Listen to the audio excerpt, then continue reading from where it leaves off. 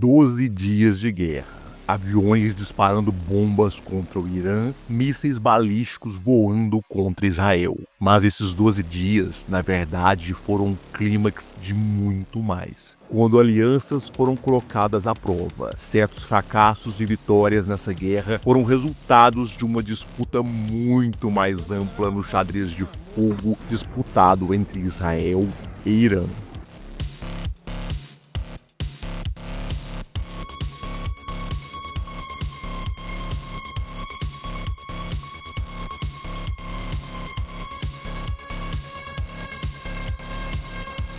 A guerra entre Israel e Irã continuava com caças enviando bombas e mísseis de um lado e o outro usando seus mísseis balísticos e hipersônicos. Prédios explodiram em Israel, a maioria deles alvos civis atingidos por armas de alta tecnologia do Irã. Estava claro que as forças de Teherã tinham tecnologia suficiente para passar pelas defesas aéreas como o domo de ferro, e aquela não era uma simples batalha contra os foguetes e drones lançados por forças como o Hamas e o Hezbollah. Esses dois grupos, por sinal, eram uma incógnita no momento. Ambos continuaram ativos, mas, juntamente com os Houthis, faziam parte do eixo da resistência, o grupo de forças tuteladas pelo Irã com dinheiro, armas e tecnologia. Faltava a esses três, no entanto, alguma ação mais conclusiva no seu apoio a seu estado tutor e financiador. Era uma pergunta que seria feita durante os 12 dias de guerra e que merecia uma análise mais profunda. Enquanto isso, pouco antes do fim da guerra, os israelenses enviaram mais de seus aviões para lançarem novas bombas contra as forças de Teherã. Alvos foram seguidos pelos drones de ataque. Os Hermes 900 podiam lançar os mísseis Spy a mais de 10 quilômetros. O impacto nas forças iranianas custou mais de $250 mil,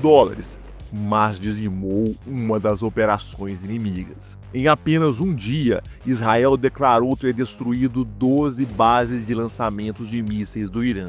As explosões amplas deixaram claro que muitos desses não eram simples iscas. A capacidade dos israelenses de voar dentro do Irã, eliminando esses alvos, era assustadora. Aparentemente, também havia forças especiais de Tel Aviv ainda dentro do país, conduzindo parte desses ataques em terra ou simplesmente identificando a localização de alguns. As Forças de Defesa de Israel, a IDF, chegaram a colocar 60 aeronaves no espaço aéreo inimigo para destruir locais de onde os mísseis foram disparados. Muitos desses passaram pelo espaço aéreo sírio, onde ainda havia forte presença russa. Apesar da derrota de Bashar al-Assad, os russos, aliados dos iranianos, nada fizeram. Houve boatos de que seus satélites e outros equipamentos passaram inteligência para os iranianos, mas mesmo assim, as explosões de equipamentos de Teherã continuaram. As defesas aéreas iranianas precisaram se esforçar para conter tantas ameaças, muitas vezes falhando terrivelmente em defender seus ativos.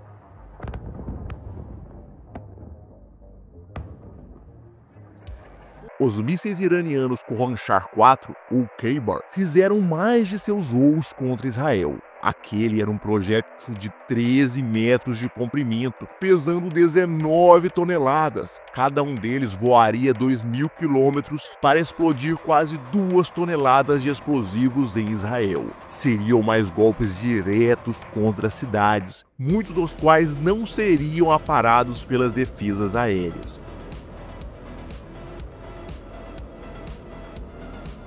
Tel Aviv sofreu com os ataques iranianos. Cada vez mais dúvidas surgiram sobre a capacidade israelense de resistir a tantos mísseis. As salvas de projéteis variados, incluindo enxames de drones, rumaram sucessivamente para Israel. O míssil hipersônico Sedil, pesando 22 toneladas e podendo acertar o alvo com uma precisão de 50 metros, marcou os céus do Irã rumo a Israel. Ele acabou sendo interceptado, causando apenas danos menores em um carro. Mas Mas outros projéteis caíram novamente em Haifa, no norte de Israel. Os libaneses observaram, tentando imaginar se o Hezbollah tentaria algo como há pouco mais de um ano, quando gerou o deslocamento de milhares de israelenses com seus ataques. No entanto, os mísseis libaneses se ausentaram da guerra. Não era fácil deter tantas armas especializadas em furar defesas estudadas pelos cientistas de Teherã por anos. Os dois lados haviam se estudado e se preparado para se golpearem. Nesse intervalo, os bombardeiros norte-americanos já haviam voado sob as ordens de Trump e se aproximavam do que seria o lendário ataque às bases nucleares iranianas. A pressão dos israelenses para que os americanos usassem suas bombas destruidoras de bunkers aumentava a cada dia. Enquanto isso, os lançadores de mísseis de Teherã continuaram sendo caçados. A verdadeira capacidade do Irã de ter equipamentos e equipes preparadas para esses lançamentos era desconhecida, mas a quantidade deles destruída mostrou que Israel estava atacando os alvos certos, pois os iranianos não tinham outra arma para lançar contra seus inimigos. Aviões da Força Aérea de Teherã eram exterminados em solo. Os jatos israelenses voaram livremente sobre Tabriz, no norte do país inimigo, provavelmente depois de passarem pelo Iraque, onde milícias apoiadoras do Irã não puderam fazer nada ou simplesmente optaram por não fazer, ao menos não em um nível que importasse nessa guerra. Sua ação foi assistir a mais cenas de destruição de equipamentos. Os alvos militares dentro do Irã sofreram cada vez mais. As colunas de fumaça levantadas eram a prova de que bombas estavam caindo frequentemente. As explosões em Yazd, no centro-leste do Irã, a quase 2.000 quilômetros dentro do território inimigo, mostraram a capacidade de Tel Aviv de entrar em um daqueles que deveria ser um espaço aéreo extremamente bem defendido, visto o clima de tensão e guerra no Oriente Médio. Bushehr, perto do Golfo Pérsico, e onde havia uma instalação de energia nuclear, também queimou sob ataque. As bombas americanas caíram em Fordow, com os aviões B-2 Spirit voando livremente pelo Irã e depois partindo sem qualquer sinal de interferência das defesas aéreas. Mesmo com resultados questionáveis, mais tarde pousariam incólumes em sua terra natal. As conversas sobre um cessar-fogo aumentaram com ameaças do governo Trump sobre novos bombardeios. O presidente norte-americano também intensificou os esforços diplomáticos. Ele conversou com Vladimir Putin e ambos concordaram que, apesar das divergências sobre as origens do conflito, a guerra entre Israel e Irã precisava chegar ao fim. O diálogo incluiu sinais prováveis à retomada das negociações nucleares em um momento futuro. Israel ainda tinha alvos importantes, como uma base da Guarda Revolucionária Iraniana em Yazd. Outras bases foram atacadas em diferentes regiões, com boatos de muitos militares mortos. Imagens aéreas mostraram a destruição de um desses locais, indicando que talvez realmente tenha havido baixas. As defesas aéreas iranianas conseguiram parar alguns drones inimigos. A queda deles impressionou, mas os jatos israelenses ainda eram alvos que eludiam as capacidades militares. A quantidade de mísseis voando contra Israel diminuiu um pouco, talvez em razão das negociações de cessar-fogo. Pela primeira vez, uma das imagens das câmeras dos mísseis balísticos foi mostrada. Abbas Araghchi, ministro das Relações Exteriores do Irã, viajou à Rússia para conversar com Putin. Recebeu grande apoio com palavras como: "Tentamos ajudar o povo iraniano. Por favor, transmita meus melhores votos ao presidente e ao líder supremo do Irã." O ataque para retaliar os bombardeios dos americanos foi realizado pouco depois de as bombas terem caído no território iraniano. O alvo foi a base de Al-Udeid, no Catar, que abriga cerca de 10.000 militares e atua como quartel-general de operações da região desde 1996. O Irã utilizou mísseis balísticos de curto e médio alcance, no que afirmou ser um ataque poderoso e devastador contra seus agressores. as luzes brilharam no céu do Catar, subindo a partir de sistemas de interceptação como o Patriot norte-americano. Os brilhos bonitos no céu e as comemorações em terra faziam esquecer a violência das colisões no ar. O Irã afirmou que 6 mísseis acertaram o alvo. Catar e Estados Unidos relataram um total de 14 a 19 mísseis lançados, dos quais 13 foram interceptados e um impactou fora da base, sem causar danos. Mais tarde, soube-se que o que houve de devastador foi só a decepção de quem esperava algo mais. O Irã teria informado o Catar e os Estados Unidos algumas horas antes do ataque, permitindo uma preparação e evacuação preventiva de tropas e aeronaves. Não houve vítimas, não houve danos. Foi apenas uma boa propaganda para a TV iraniana e um caríssimo show de fogos nos céus do Catar. Claro que o mesmo não se pode dizer de Israel, que recebeu o fogo iraniano vendo as explosões se expandirem diante de seus olhos. Houve áreas em que a fumaça densa deixou os cidadãos cada vez mais assustados depois de assistirem a mais defesas falharem e temerem os boatos de que o domo de ferro poderia ser exaurido.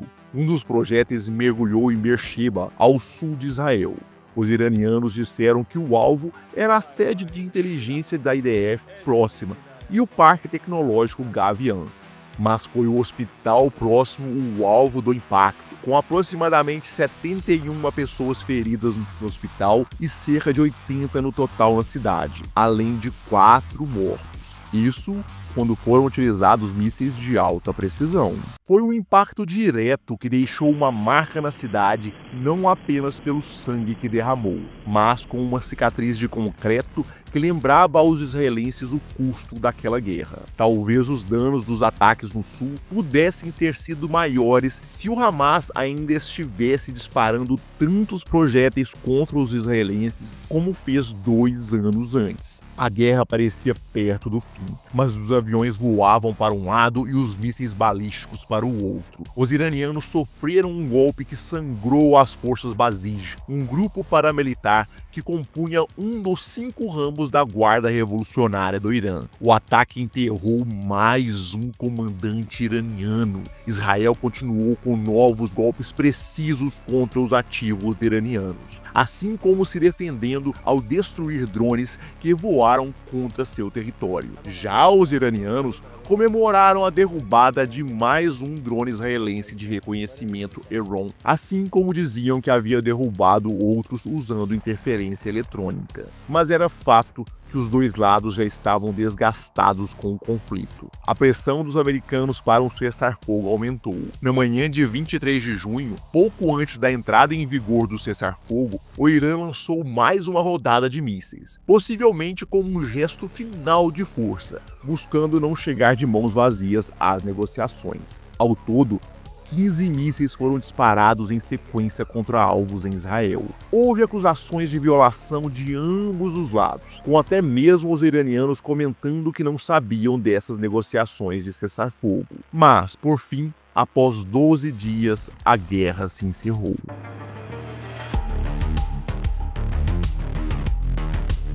Os dois lados declararam vitória.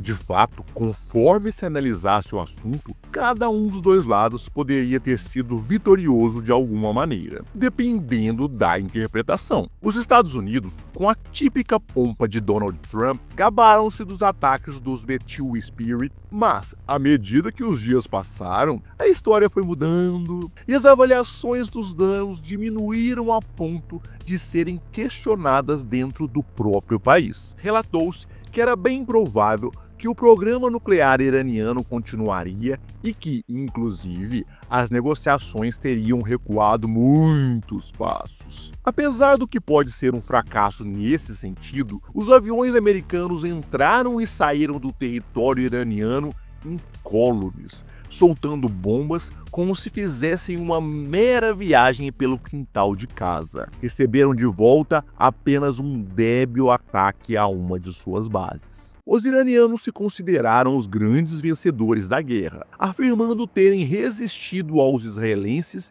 e norte-americanos. Relataram ter abatido caças de Israel e capturado pilotos, e também ter prendido agentes do Mossad, mas sem confirmações ou provas. Houve sim imagens de drones israelenses abatidos. Tel Aviv confirmou que 2 drones Heron foram perdidos. No entanto, fora isso, os iranianos perderam mais de 20, alguns dizem 30 oficiais de alta patente, podendo somar até 60 figuras de alta importância, incluindo cientistas. Mentes mais débeis chegaram a comentar que isso é normal em uma guerra e que eles foram substituídos. Mas é preciso questionar o teor alcoólico no sangue de quem afirma que é normal perder tantos em 12 dias de guerra em uma operação dentro de seu próprio território, que geraria 12 dias de perda quase total de superioridade em seu espaço aéreo.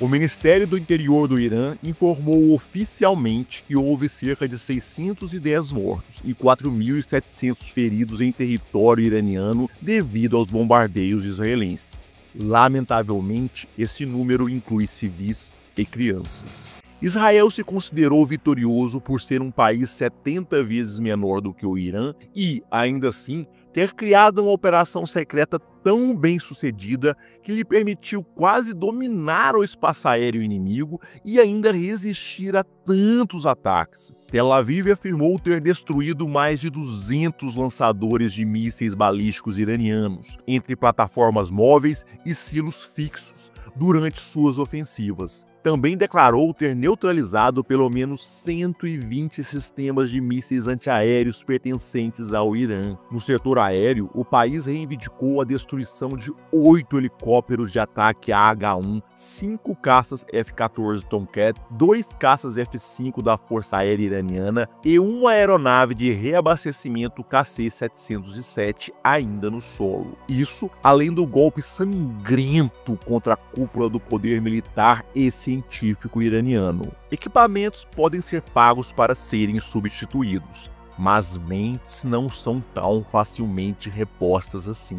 Nenhum militar israelense de alta patente foi sequer ferido nesses 12 dias. O que o Irã conseguiu em Israel foram 29 mortes, a maioria de civis atingidos por mísseis e drones, e aproximadamente 3.238 feridos. Entre os feridos, havia centenas com traumatismos ou queimaduras, além de milhares que precisaram de atendimento por choque e crises de ansiedade. E isso teve mais impacto do que se pode esperar. A invencibilidade do Domo de Ferro foi posta à prova e os efeitos usados como propaganda. A destruição de tantas estruturas civis gerou um sentimento de satisfação de um desejo de vingança, mostrando aos israelenses o que seus bombardeios fizeram em Gaza e no Líbano. Cerca de 3.800 israelenses foram obrigados a deixar suas casas temporariamente, principalmente moradores de áreas fronteiriças no norte e residentes de edifícios danificados em centros urbanos. Mais de 8.000 pessoas foram completamente desabrigadas, com suas residências reduzidas a escombros pelos ataques.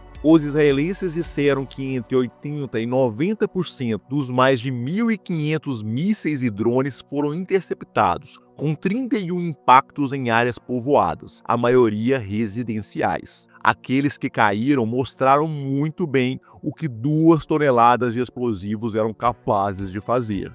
Outras fontes, como a Al Jazeera, relataram que foram cerca de 120 impactos. Apesar de algumas divergências, houve números próximos ao se verificar a estatística final quanto ao número de interceptações. Destaca-se que em determinado momento, as defesas israelenses baixaram para cerca de 65% o número de interceptações graças a novas estratégias iranianas. Algumas fontes indicam que que depois o número de interceptações voltou a aumentar. Mentes mais raças poderiam até dizer que isso era uma derrota total do Irã, mas não. Talvez esses cérebros não entendessem a realidade do que aquele símbolo de destruição significava. Esta era uma marca eterna de sangue dentro de Israel. O leão foi sangrado, e isso alertou a possibilidade de o derrotar para todos os seus inimigos. Os iranianos comemoraram com base na resistência e no que seus mísseis podiam fazer a Israel. Além disso, se havia a intenção de derrubar o regime de Teherã, é preciso dizer que Israel e Estados Unidos fracassaram de maneira vergonhosa nisso. Mas havia uma derrota certa que os iranianos se recusaram a reconhecer, algo que poucos entenderam ou comentaram ao resumir aquela guerra em 12 dias.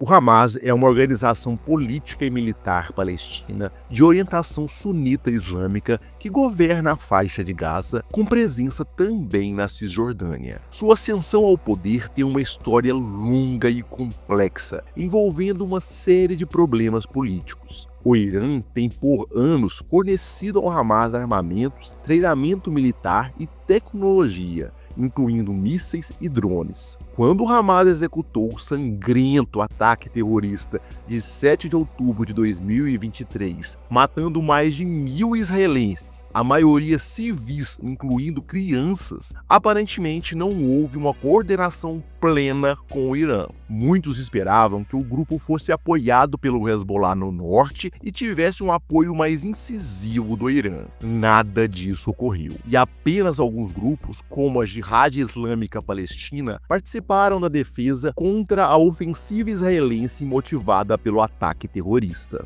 A guerra em Gaza desenrolou-se muito mal para o Hamas. Suas comemorações foram baseadas nas eventuais mortes de soldados israelenses, enquanto seu grupo teve a liderança dizimada, culminando na morte em outubro de 2024 de seu principal líder, Yahya Sinwar. Além disso, o Hamas viu a perda de milhares de vidas civis de uma população que deveria proteger. Os bombardeios de Israel geraram comoção internacional e isolamento diplomático do país, mas não afetaram o destino do Hamas. Quando a guerra entre Israel e Irã começou, o Hamas já não tinha quase nenhuma capacidade de operar fora de Gaza. Perdeu muito de seu território para os israelenses e tinha como principal anúncio de sua vitória o fato de haver baixas entre os israelenses e sua própria existência em uma Gaza destruída. Alguns chegaram a apontar que o Hamas intensificou seus ataques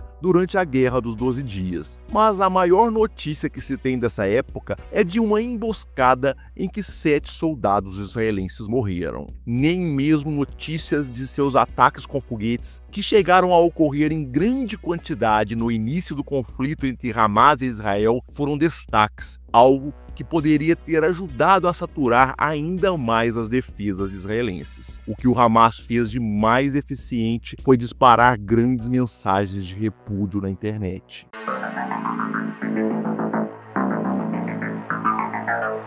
O Hezbollah, organização xiita libanesa com atuação política e paramilitar, mantém uma das mais duradouras e estratégicas alianças com o Irã no Oriente Médio. Essa relação, moldada por laços ideológicos, militares e religiosos, é muito mais profunda e integrada do que a ligação entre Teherã e o Hamas, que é mais pragmática e circunstancial. Enquanto o Hamas enfrentava isolamento e intensa pressão militar em Gaza, o Hezbollah limitou-se a ações pontuais no norte de Israel, sem causar impacto suficiente para desviar o foco das forças de defesa de Israel do território palestino. Ainda assim, o Hezbollah realizou ataques esporádicos em reação à ofensiva israelense em Gaza, alegando que manteria sua campanha até que os bombardeios cessassem. A escalada forçou cerca de 96.000 pessoas a deixarem suas casas em Israel e provocou o deslocamento de aproximadamente 1 milhão de libaneses. Mesmo com o aumento das tensões, o grupo não ampliou significativamente seu envolvimento militar direto no conflito. A resposta israelense foi paciente, mas devastadora. A partir de setembro de 2024, começaram ataques de precisão que neutralizaram combatentes do Hezbollah, com uma lendária operação dos pagers explosivos, seguidos por bombardeios contínuos que eliminaram vários de seus comandantes. Eventualmente, os ataques atingiram o próprio Hassan Nasrallah, líder do grupo. A ofensiva deixou um rastro de destruição, cerca de 4.000 mortos no Líbano, incluindo civis e combatentes, aldeias do sul do país arrasadas e bairros xiitas em Beirute gravemente atingidos. Com a imposição de um cessar-fogo, o Hezbollah encontrava-se enfraquecido e o Líbano devastado. A reação libanesa à ofensiva iraniana, quando Teherã lançou mísseis contra Israel, resumiu-se a manifestações de apoio e celebração, sem que houvesse uma intenção real das ações militares do Hezbollah. A principal contribuição do grupo foi manter a ameaça constante na fronteira norte de Israel, obrigando o país a manter grandes contingentes militares na região, o que impôs uma pressão logística e estratégica contínua a Tel Aviv. Fora isso, em momento algum aproveitaram a oportunidade de saturar o norte do país inimigo com seus disparos, algo que faziam há tantos anos.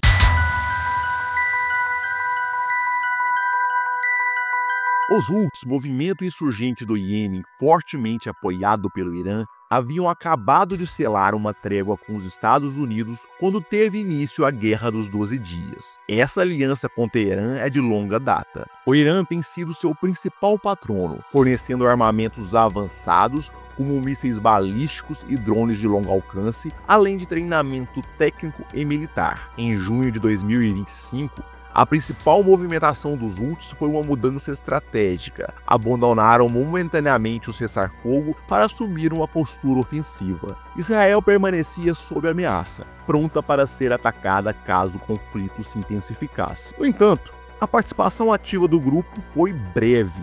No dia 13, logo no início do conflito, os Houthis lançaram um míssil que, tragicamente, acabou atingindo uma vila palestina. Após esse erro grave, nenhuma outra ofensiva partiu do grupo. A ação inicial foi seguida por silêncio militar, marcando sua atuação como limitada e ineficaz ao longo do restante do confronto.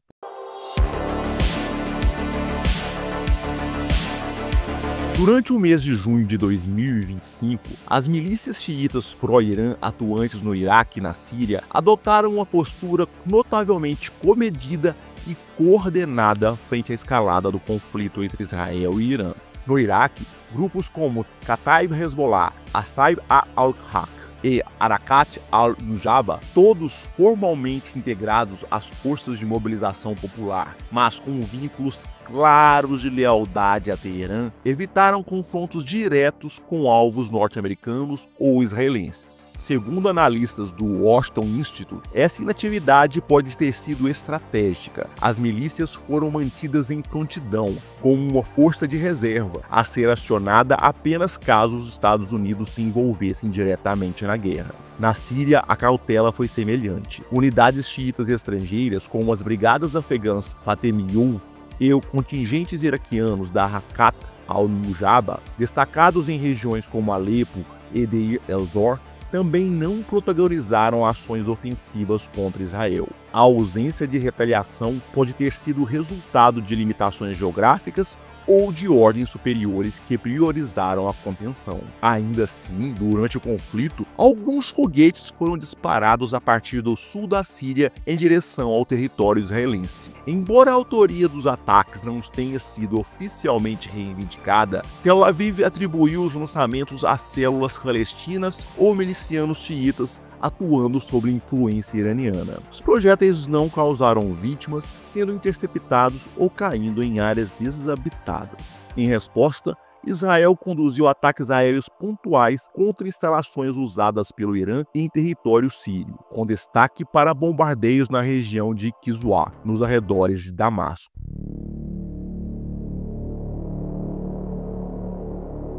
Em junho de 2025, as relações do Irã com a Rússia e a China revelaram-se como uma aliança estratégica consolidada, resultado de anos de cooperação crescente em áreas diplomáticas, econômicas e militares. A crise serviu para evidenciar os contornos dessa parceria tripla, sustentada por acordos de longo prazo. Desde 2021, Teherã e Pequim estão vinculados por um acordo abrangente de cooperação de 25 anos, que envolve investimentos chineses de larga escala nos setores de energia e infraestrutura iranianos, além de um fortalecimento gradual dos laços militares entre os dois países. No campo militar, o Irã manteve uma relação simbiótica com Moscou. Durante a guerra da Ucrânia, Teherã forneceu tecnologia e suporte logístico, incluindo drones Shahed. Contudo, àquela altura, os equipamentos já eram majoritariamente fabricados em território russo. No contexto da guerra com Israel, tanto a Rússia quanto a China adotaram posturas favoráveis ao Irã em termos diplomáticos, embora com diferentes graus de ênfase. O presidente russo Vladimir Putin assumiu um papel ativo nas tratativas políticas. Manteve conversas telefônicas individuais com o presidente iraniano e com o primeiro-ministro israelense. Nessas conversas,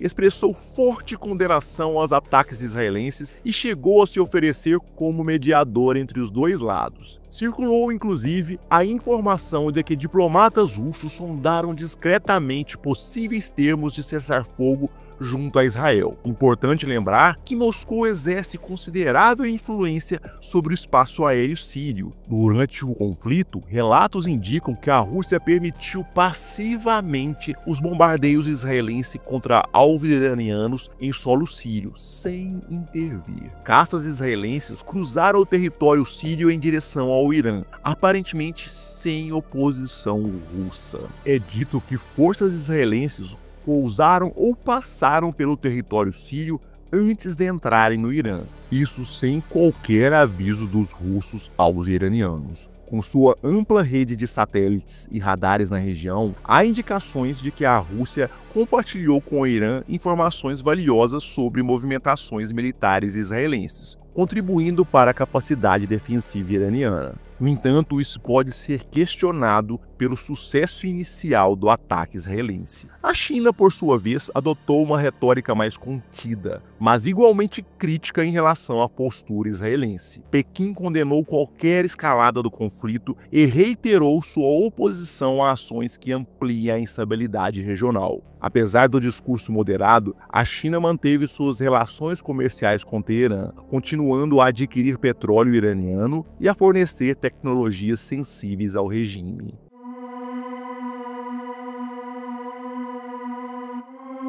É preciso entender que nada na geopolítica é permanente, muito menos a palavra de grandes potências em relação a seus aliados menores. O fato de a Rússia e a China não terem prestado ajuda militar direta ao Irã não significa que não o farão no futuro, nem que seu apoio diplomático não foi importante. Mas é fato que ambas viram os aliados iranianos serem desmantelados nos últimos anos. Pouco fizeram. A Guerra dos 12 Dias foi simplesmente o clímax de 3 anos de campanha. O Hamas e o Hezbollah se tornaram sombras do poder que foram, quando acumularam força suficiente para ameaçar os israelenses. Os russos assistiram de seus aviões o poder sírio ruir em poucos dias. Por fim, por mais que o Irã fale de resistência e clame vitória, suas perdas não se limitam a apenas 12 dias, mas tudo o que investiu durante anos. Todas as tropas que treinou, equipamentos que contrabandeou e líderes que formou.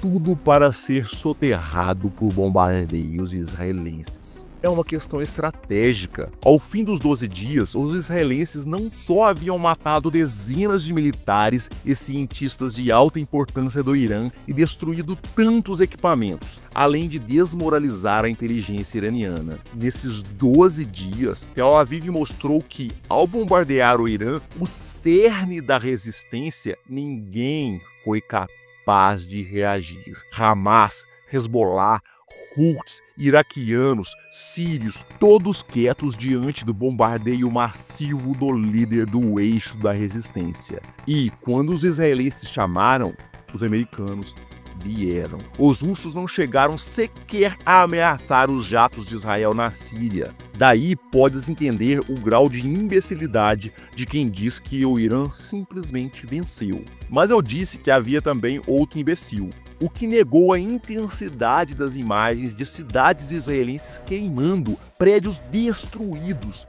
Não se pode negar o impacto disso. É um símbolo, e símbolos e propagandas podem se tornar imortais, incendiando com coragem corações temerosos. É claro que se Houthis, Hamas e Hezbollah fizessem seus lançamentos de mísseis e foguetes como tantas outras vezes, os danos poderiam ter sido maiores. Aquele era o momento mais frágil de Israel em décadas. Sim, poderia haver mais, mas o que ocorreu foi o suficiente para gerar parte do que os iranianos precisavam. Por fim, preciso falar de mais um tipo de imbecil. Um que pode estar dos dois lados. Quando os israelenses bombardearam Gaza matando civis, houve quem falasse que punir um povo coletivamente pelos erros de seus líderes, era um crime. Estavam certos, tantos civis mortos, pelo que os terroristas do Hamas fizeram, não era justificável. Mas essas mesmas pessoas comemoraram fazendo piadas sobre fogos de artifício em Israel e batendo palmas para os alvos civis atingidos pelos mísseis balísticos do Irã, sem se importar com pessoas de diversas idades mortas ou mutiladas. Os alvos iranianos foram claramente contra civis. Eles possuem mísseis de alta precisão. As áreas militares e os uniformes militares israelenses estavam sempre lá. Mesmo assim, mísseis de última geração fizeram questão de atacar civis intencionalmente, e só não morreram tantos devido a uma força aérea efetiva de um país que protegeu sua população. Obviamente, esse tipo de imbecil está dos dois lados, pois há quem imagine que todo palestino merece a punição de um terrorista do Hamas. Os dois primeiros tipos de imbecis que citei podem até ser convencidos com números ou com os efeitos posteriores dos acontecimentos, mas esse último é mais complicado. Esse último só pode ser convencido se aprender a ser humano e a ter empatia. E essas são características que muitas vezes podem estar simplesmente ausentes, tendo sido assassinadas por algo chamado ideologia.